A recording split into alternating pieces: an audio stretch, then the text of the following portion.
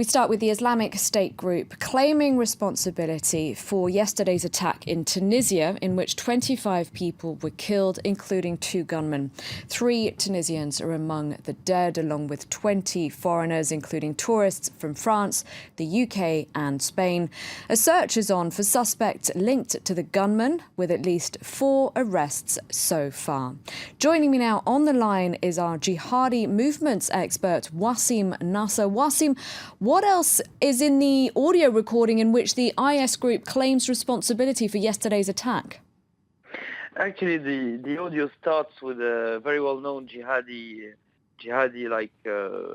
song of ISIS, and then they claim responsibility. They say that the two attackers were Tunisian, so Abu Zakaria and Abu Anas, they are called. And they say that the target was the museum and not the parliament, but they remind that the museum is just next to the parliament and that it's a maximum security zone.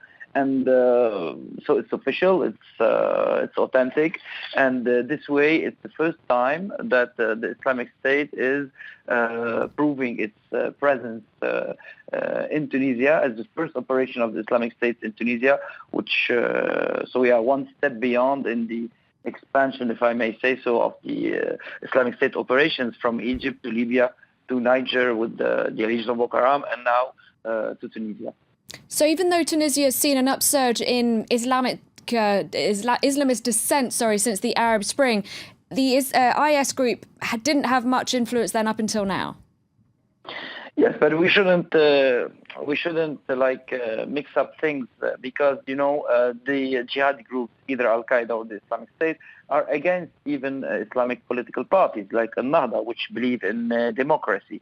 They are against anyone who wants to take the path of democracy. Either he's Islamic like Al-Nahda, or either he's a secular or leftist or whatever. They have a clear jihadi project to install Sharia as they see it.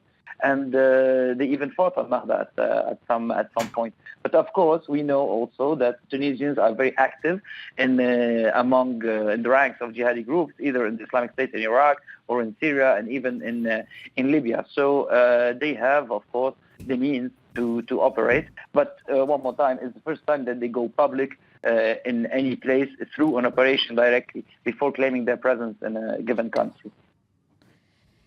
And Wassim, what can you tell us about reports of many Tunisians fighting with the Islamic State group in Iraq and Syria?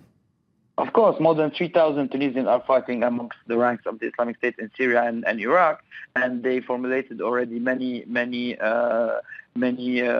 wishes to hit on Tunisian soil, and they're also very present in Libya. One of the most wanted Tunisians was killed in Sirte a few days ago, and he was a commander of the Islamic State.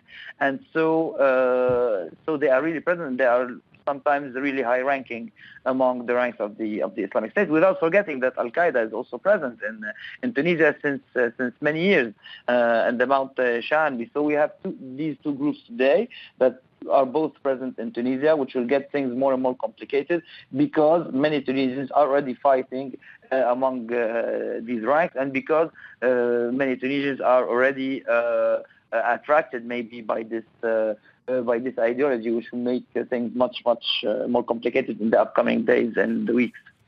Okay, thank you very much indeed for that analysis, Wassim Nasr, there, France 24's expert.